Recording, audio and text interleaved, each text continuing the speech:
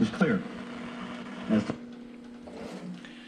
Okay, so I set my cam keeper in place and tore my timing components apart again and got my crank pulley off. Here's my crank pulley. To the left is the one I took off, to the right is the one I'm gonna put on. Now, here is where I was running into the problem. If you see, where's my pick? That's okay.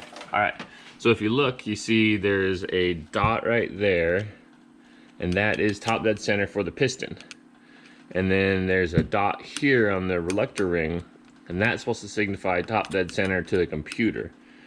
For whatever reason, mine are not lined up. Now on this one, they are. Top dead center for the piston, top dead center for the computer, they're lined up. Now, the way these line up is these are held in place with pins. So now, if I pop this one apart, okay, I'll take the bad one apart. So I take the bad one apart, and they're held in place with pins. So I don't know how this slipped, but.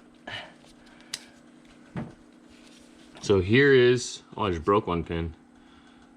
So here's where the pins were. Yeah, I just broke one off right inside.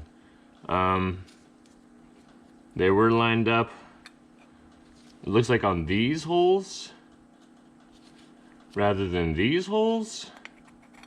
So I don't know if this was a faulty unit or how this happened, but this is definitely wrong